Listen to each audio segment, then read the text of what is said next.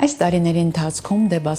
բազմաքանակ գործեր եք ունեցել, բայց կարծում եմ, որ դրանց մեջ կլինի ամենատպավորիչը, գործ, որ միշտ դուք հիշում եք։ Ինձ համար բոլոր գործերը հիշվելու են, որովհետև յուրաքանչյուր գործի մեջ ներեմ դրել իմ լուման, իմ կյանքը, ինչու՞ չէ նաև զրկել ինձ իմ ընտանիքի հետ լինելուց։ Միտք, էմոցիա, գիտելիքներ։ Իհարկե, երբ որ առանձնանում եմ, շատ անգամ անկեղծ եմ ասում, այնքան հոգնած եմ լինում, որ չեմ կարողանում խոսալ երեխաներիս հետ, իրանք արդեն գիտեն, գրում են մամ, կարելի է քո հետ խոսել թե ոչ։ Չկա այդպիսի գործ, որ կարողանամ առանձնացնել, բայց յուրահատուկ գործ է դարձել ինձ համար,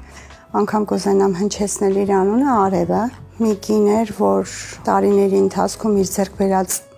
աշխատանքի շնորհիվ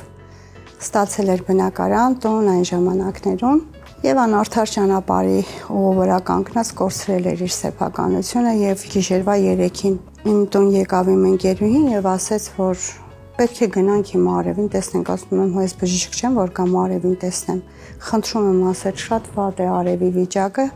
արի գնանք, դու կօգնես, իր սանիկն էր։ Հավատացեք, որ գիշերով գնացել եմ եւ առավոտյան պետք է Արևին եւ իր ընտանիքին վտարեն։ Մի ուժ մտավ մեջս եւ ասեցի հանգիստ եղիր, քեզ ոչ ոք չի վտարի, դու մի վատացիր, այսպես այնպես չեք հավատա, որ այդպես էլ եղավ։ Ու եկել եմ տուն, ասում եմ լավ Արևը քնեց, հիմա ես արթուն եմ։ Ես ինչի։ Հիմա ես պիտի չքնեմ։ Ես ինչի խոստում տվեցի, չէ՞ որ սա արդեն իսկ ավարտված գործ է, կա արդեն դատական ակտ, կա սեփականություն։ Ու սենց քայլում եմ տան մեջ անհանգիստ, մայրիկս ասեց ինչ է եղել, ասի